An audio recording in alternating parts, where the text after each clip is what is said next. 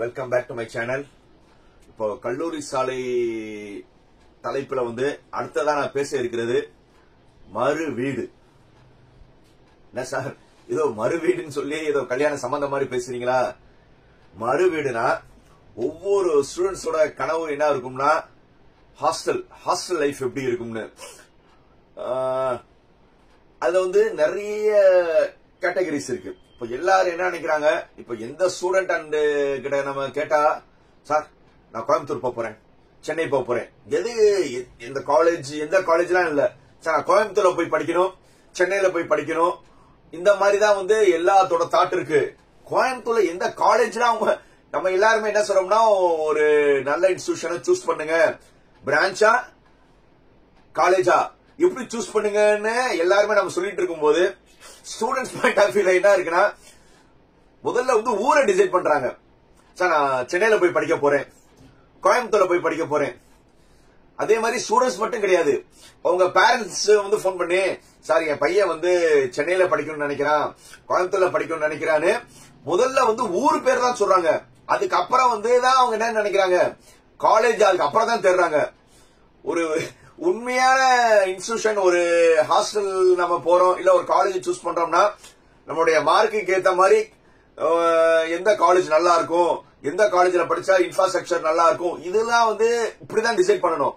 ஆனா முதல்ல என்ன செய்யறாங்க, ஊரை டிசைட் பண்றாங்க. இப்ப நான் பேச போறது ஸ்டூடெண்ட்ஸ்க்கு கொஞ்சம் கடுப்பா இருக்கலாம், பேரண்ட்ஸ் கொஞ்சம் சிந்திக்கிற மாதிரி இருக்கலாம். சோ நம்ம ஒரு ஏற்கனவே இந்த எபிசோட் என்ன சொல்லிட்டேன்னா, ஒரு பேரண்ட் பாயிண்ட் ஆஃப் வியூல தான் நான் பேசுவேன். சோ அந்த பேரண்ட் பாயிண்ட் ஆஃப் வியூல பேசுறது பேரண்ட்ஸ்க்கு கொஞ்சம் யோசிக்கிற மாதிரி இருக்கலாம், ஸ்டூடெண்ட்ஸ்க்கு கொஞ்சம் கஷ்டமா தான் இருக்கும். பட் என்ன இருந்தாலும் நம்ம உண்மையை சொல்ல வேண்டிய கடமை தானே. மறு வீடுனா நான் எதை சொல்றேன்னா, உங்களுடைய ஹாஸ்டல் வாழ்க்கை. ஹாஸ்டல் வாழ்க்கை எல்லாருமே என்ன நினைக்கிறாங்கன்னா, நான் நம்ம சினிமா நிறைய பாக்குறோம். சினிமா நிறைய பார்க்கும்போது ஸ்டூடெண்ட்ஸ் எல்லாம் என்ன செஞ்சு மைண்ட்ல வச்சுக்கிறானா, ஹாஸ்டல் போனா நம்ம ஜாலியா இருக்கலாம், அப்படி சுத்தலாம். ஏன்னா மெயினா 12 வருஷம் அதுவும் கடைசி 2 வருஷம் 10th +1 +2ல பேரண்ட்ஸ் படி, நீ படிச்சாதான் நல்லா மார்க் எடுக்க முடியும், படிச்சாதான் நல்லா மார்க் எடுக்க முடியும்னு அவங்கள என்ன செஞ்சிருக்காங்க, அதிகமா அக்கறையில சொன்ன வார்த்தைகள் பசங்களுக்கு மேபி ஒரு சில பசங்களுக்கு அது கஷ்டமா இருந்திருக்கும். சோ அதனாலவே அந்த பேரோட அவங்க ஃப்ரெண்ட்ஸ்கோட சேர்த்து ஒரு டிசைட் பண்ணிடுறான். மாப்பிள்ள நம்ம என்ன செய்யறோம்னா, கோயம்புத்தூர்ல போய் படிக்கிறோம், இல்ல சென்னையில போய் படிக்கிறோம். அந்த மாதிரி என்ன செய்யறாங்க, இப்படி ஒரு முதல்ல ஊரை டிசைட் பண்ணிடுறாங்க. ஊரை டிசைட் பண்ணி அந்த ஊர்ல போய் படிக்கணும்னு. ஆக்சுவலி என்ன முதல்ல ஒரு பேரண்ட்ஸ் கிட்ட முதல்ல நான் சொல்ல விரும்புறது என்னன்னா, ஒரு நல்ல மார்க் எடுக்கிறாங்க, ஒரு நல்ல மார்க் ஒரு 180க்கு மேல எடுக்கிறாங்கன்னா, எந்த ஊர்ல இருந்தாலும் நீங்க பெருநகரத்துல போய் படிக்கிறதுல தப்பே கிடையாது. ஏன்னா ஒரு நல்ல இன்ஸ்டிடியூஷனு, அந்த நல்ல இன்ஸ்டிடியூஷன்ல போய் படிச்சா நம்மளுடைய குழந்தைகளோட கேரியர் மாறும் சொல்லி எல்லாருமே நினைக்கிற தப்பே கிடையாது. சோ அதனால பெருநகரத்துல போய் படிக்கிற தப்பே கிடையாது. ஆனா ஸ்டூடெண்ட்ஸ் பாயிண்ட் ஆஃப் வியூல கேட்டோம்னா, நான் காலேஜ் லைஃப் வாழணும், நான் காலேஜ் லைஃப் வாழணும், அதுக்காக தான் என்ன செய்யறாங்க, வெளியூரை சூஸ் பண்றாங்க. சோ ரெண்டுக்கு வித்தியாசம் இருக்கு. நல்லா படிக்கிறதுக்காக வெளியூர் போறது ஒண்ணு, காலேஜ் வாழ்க்கை வாழ்றதுக்காக வெளியூர் போறது இருக்கு. இது ரெண்டுக்கும் பெரிய வித்தியாசம் இருக்கு. ஒரு நல்லா படிக்கிற பையனோ பொண்ணோ என்ன நினைப்பாங்கன்னா, வாட் எவர் மேபி, சரி நம்மளுக்கு ஒரு நல்ல காலேஜ்ல சீட் கிடைச்சிருச்சு, அந்த காலேஜ் இப்போ நீங்க ஒரு கவர்மெண்ட் ரிலேட்டட் இல்ல கவர்மெண்ட் எய்டட் ரிலேட்டட் நீங்க ஹாஸ்டல் எல்லாம் போய் பாத்தீங்கன்னா ஓகே லெவல்ல தான் இருக்கும். ஏன்னா அந்த ஹாஸ்டல் ஏன்னா main they are focusing on studies. Hostel நல்லா இருக்கும், பட் நீங்க நினைக்கிற மாதிரி பிரம்மாண்டமாக இருக்காது. இன்னொரு பாயிண்ட் ஆஃப் வியூல பார்த்தோம்னா, ஒரு சில college they are focusing on infrastructure. நீங்க காலேஜ்குள்ள நுழையும் போதே ஒரு கார்பரேட்டோட ஆம்பியன்ஸ் இருக்கும். அதே மாதிரி ஹாஸ்டல் பார்த்தோம்னா அவங்க நிறைய கேட்டகரியில வச்சிருப்பாங்க. 3 பேத்துக்கு இது, சிங்கிள் பேத்துக்கு இது, அதே மாதிரி ஏசி, நான் ஏசி, மெனு, அந்த மாதிரி வந்து நிறைய கேட்டகரியில வந்து அவங்க இன்ஃப்ராவை காமிக்கிற மாதிரி காலேஜ் இருக்கும். ஆனா நம்ம எங்க இடத்துல தப்பு பண்றோம்னா, ஒரு இன்ஸ்டிடியூஷன் அது போக்கஸ் பண்ணாம இருக்க போற ஹாஸ்டலை பார்த்து வந்து முடிவு எடுக்கிறவங்க நிறைய ஸ்டூடெண்ட்ஸ் இருக்காங்க, பேரண்ட்ஸ் இருக்காங்க. அவங்ககிட்ட எல்லாம் நம்ம வந்து சார் நீங்க ஏன் வந்து வெளியூர்ல போய் படிக்கிறீங்க போய் கேட்டா அவங்களுடைய ஆன்சர் என்னன்னா, சார் என் பையன் ஆசைப்படுறான், என் பொண்ணு ஆசைப்படுறா, என் பையன் வந்து மெயினா வந்து பொண்ணுகள் கூட அதிகமா கிடையாது, என் பையன் வந்து ரொம்ப ஆசைப்படுறான், சென்னையில தான் போய் படிக்கணும்னு நினைக்கிறான் சார், சென்னையில வந்து ஒரு நல்ல காலேஜ் சொல்லுங்க சார்னு கேக்குறாங்க. சார் உங்க பையனோட மார்க் என்ன சார் கேட்டா 110 கட் ஆஃப் சார், 115 தான் எடுத்திருக்கான், ஆனா வந்து அவன் சென்னையில போய் படிக்கணும்னு நினைக்கிறான் சார், அவனோட ஆசையே சென்னையில போய் படிக்கணும் தான் சார்னு சொல்லி சொல்லும் போது அப்போ வந்து அந்த பேரண்ட்ஸ் கிட்ட நான் அட்வைஸ் பண்றது இதுதான்.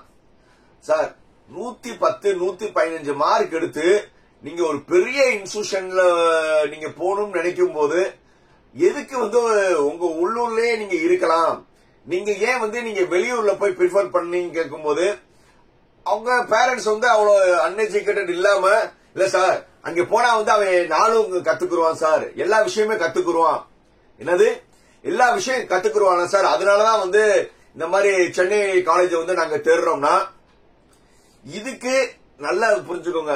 நான் அவங்களுடைய பதிலே சொல்றேன், நாளும் தெரிஞ்சுக்குருவான், நாளும் தெரிஞ்சுக்குருவானா நீங்களே புரிஞ்சுக்கோங்க பேரண்ட்ஸ். ஏன்னா கரெக்டா டீனேஜ் வயசு, இந்த வயசுல தான் வந்து பையனோட வந்து மனசு வந்து அலைப்பாடுற மனசு. அவன் வந்து ஒரு நல்ல எண்ணத்துல வந்து ஒரு ஊர்ல போய் வாழ்க்கையை வந்து நான் சாதிக்கணும் சொல்லி ஒரு இது போய் படிப்பு, எக்ஸ்ட்ரா ஆக்டிவிட்டிஸ் இதுல மட்டும் அவன் கான்சென்ட்ரேட் பண்ணனா வாழ்க்கையில கண்டிப்பா முன்னேறிடுவான். ஆனா இப்ப இருக்கிற ஸ்டூடெண்ட்ஸோட மனநிலை என்னன்னா, காலேஜ் லைஃப் வாழணும், ஏற்கனவே எங்க அம்மா அப்பா வந்து நம்ம நிறைய பிரஷர் பண்ணிட்டாங்க, இவங்ககிட்ட இருந்து தப்பிக்கிறதுக்காக வந்து நம்ம வந்து ஹாஸ்டல் போகணும்னு தான் அவங்க மைண்ட் செட் இருக்கு. அப்போ இன் கேஸ் வந்து நல்ல டீம் அவனுக்கு அமைஞ்சிருச்சுன்னா வாழ்க்கையில முன்னேறிடுவான். பட் அவன் அங்க போய் சேர்ற இடத்துல அவனுக்கு சேர போற பசங்களோட இது வந்து வேறு மாதிரி போயிருச்சுன்னா வந்து நான் உடைச்சே பேசுறேன், வேற தவறான வழிகளுக்கு வந்து அவனுக்கு வழி வகுத்துரும். அப்போ அந்த தவறான வழிக்கு வளர்ந்து சினிமால பாக்குற மாதிரி அப்படி நான் பண்ண மேனேஜ்மே புரிஞ்சிருப்பீங்க என்னன்னா,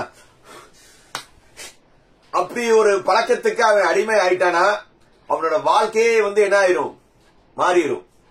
சோ அதனால ஸ்டூடெண்ட்ஸ் அவங்க வந்து சொல்றதுக்கு எல்லாமே நீங்க வந்து இந்த நேரத்துல வந்து என்ன செய்யக்கூடாது, தலையாட்டக்கூடாது. அதனால வந்து நான் எந்த ஸ்டூடெண்ட்ஸையும் நான் தப்பா சொல்லல, தப்பா போக வாய்ப்பு இருக்குதான் சொல்றேன். சோ அந்த தப்பா போக வாய்ப்பு இருக்கும்போது நம்ம தான் அவனை வந்து என்ன செய்யணும், மானிட்டர் பண்ணணும். நல்லா படிச்சு சாதிக்கிறதுக்காக போற மாணவ மாணவிகள் அவங்க வந்து கரெக்டா இருப்பாங்க. ஆனா காலேஜ் வாழ்க்கைன்னு சொல்லி போகணும்னு நினைக்கிறவங்க கண்டிப்பா வந்து காலேஜ் லைஃப் என்ஜாய் பண்ணும்போது இந்த மாதிரி விஷயத்துக்கு அதிகமான ஈடுபாடு கொடுப்பாங்க. இப்ப நீங்க ஹாஸ்டல்ல இருந்துட்டா நீங்க அவனை மானிட்டர் பண்ண முடியுமா?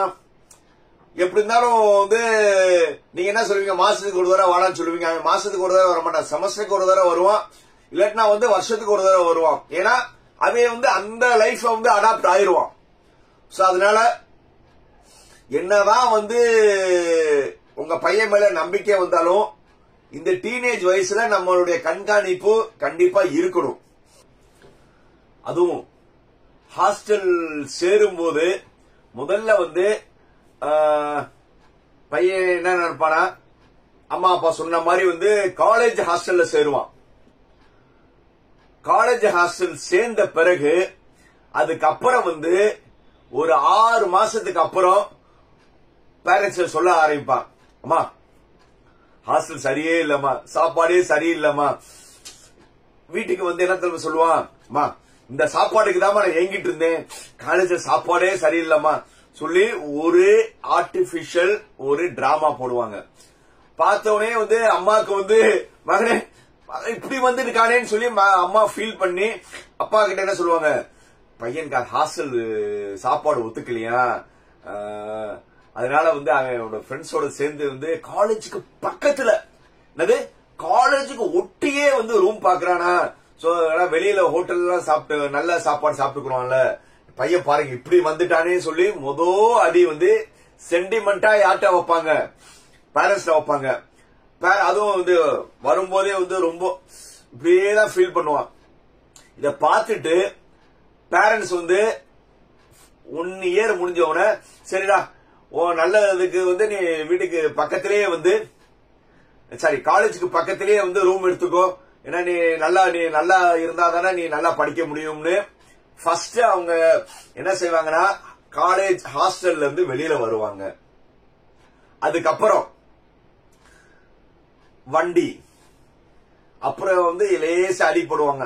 அம்மா நல்ல ரூம்ஸ் வந்து காலேஜ் பக்கத்துல இல்ல, ஒரு 3-4 கிலோமீட்டர் தள்ளி தான் வந்து, ஏன்னா காலேஜ் ஆல்மோஸ்ட் எல்லா காலேஜுமே எங்க இருக்கும்னா கொஞ்சம் சிட்டிக்கு கொஞ்சம் வெளியில இருக்கும்.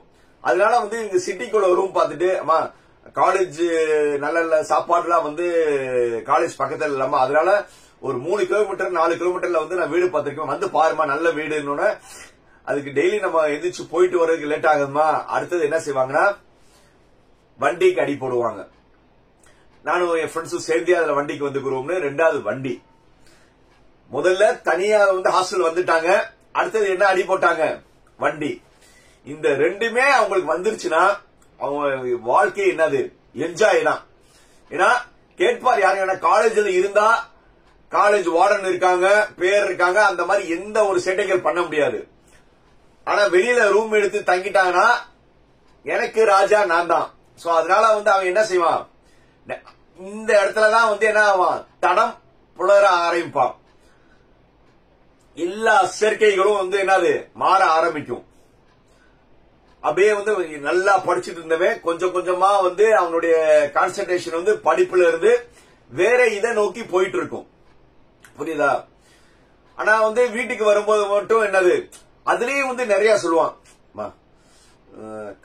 இது வந்து ரூம்ஸ் இது பத்தலமா, கொஞ்சம் வாடகை கூட கேட்கறாங்க, ஒரு ஃபெசிலிட்டிஸ் இல்லாமான்னு சொல்லி கொஞ்சம் கொஞ்சமா பணத்தை வந்து பேரண்ட்ஸ்ட வந்து சென்டிமெண்டா கேட்பாங்க. அந்த சென்டிமெண்டா கேட்டு தவறான வழிக்கு வந்து யூஸ் பண்ணி தவறான வழிக்கு போறதுக்கான வாய்ப்புகள் நிறைய இருக்கு.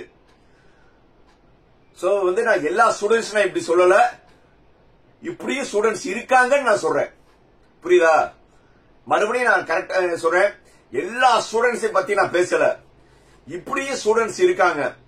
சோ அப்போ பேரண்ட்ஸ் தான் வந்து கரெக்டா வந்து என்ன செய்யணும், ஓ சார் சொல்றதுல ஒரு நியாயம் இருக்கு, அவன் படிக்கிறதுக்காக காலேஜ் போல, காலேஜ் லைஃபுக்காக போறான்னு சொல்லி நீங்க தான் வந்து கரெக்டா வந்து முடிவெடுக்கணும். ஏன்னா தோளுக்கு மீறிட்டார், அப்ப வந்து நீங்க தான் வந்து அவனை வந்து எப்படி வந்து உங்க கண்காணிப்புல வைக்கணும்னு நீங்க தான் முடிவெடுக்கணும். நான் சொல்றது வந்து ஒரு சிலருக்கு கஷ்டமா இருக்கலாம், கிரிஞ்சா இருக்கலாம், பட் ரியல் ஃபேக்ட் தான். ஏன்னா நம்மளும் நிறைய ஸ்டூடெண்ட்ஸ பாக்குறோம், நிறைய பேரண்ட்ஸ் வந்து சார் இப்படி இருந்தவே இப்படி ஆயிட்டானே சார் ஃபீல் பண்றதெல்லாம் பாக்குறோம். சோ அதனால என்னுடைய ஃபர்ஸ்ட் இதுனா, ஒரு சுமாரான மார்க் எடுத்த பிறகு காலேஜ் வந்து நான் சென்னைக்கு தான் போகணும் கோயம்புத்தூர் தான் போகணும்னு ஒரு பையன் வந்து அடம் பிடிக்கிறானா, நீங்க நல்லா நோட் பண்ணுங்க, அவன் காலேஜ் லைஃப் அனுபவிக்க தான் போறான். சோ அதனால வந்து 1க்கு 4 தடவை யோசிச்சு நல்ல முடிவா எடுங்க. ஏன்னா இன்கேஸ் கொஞ்சம் மார்க் கம்மியானவங்க வந்து நீங்க டே ஸ்காலர் இருந்தானா கண்டிப்பா இந்த மாதிரி தவறுகள் நடக்க வாய்ப்பு இல்ல. இதுக்கு மேல வந்து உங்களுடைய பையன், உங்களுக்கு உங்க பையன் மேல நம்பிக்கை இருக்கும், அதனால நல்ல முடிவா எடுப்பீங்கன்னு நினைக்கிறேன். நான் சொல்றது வந்து பேரண்ட்ஸ்க்கு புரிஞ்சிருக்கும்னு நினைக்கிறேன். நல்ல முடிவா எடுங்க. மீண்டும் அடுத்த வீடியோ சந்திக்கும் வரை நான் எப்போ சொல்ல மாதிரி என்னது, லைக், கமெண்ட், ஷேர், சப்ஸ்கிரைப். பாய் பாய்.